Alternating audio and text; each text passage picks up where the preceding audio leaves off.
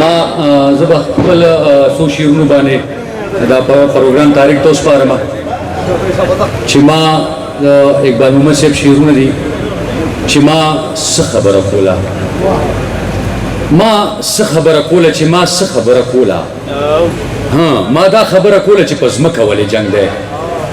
دا ولې یو انسان د بل انسان د لاسه تنګ دی دا ولې مخ د عدل شو کېدلی دی بدرنګ دی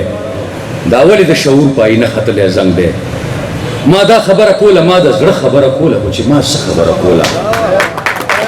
ما دا خبره کوله چې ذهنونو کې تیارې دي د سپینو سپینو خلکو په مخونو کې تیارې دي خبرې د رڼا کوي خو زړونو کې تیارې دي ما دغه د رڼا او د تیاره خبره کوله خو چې ما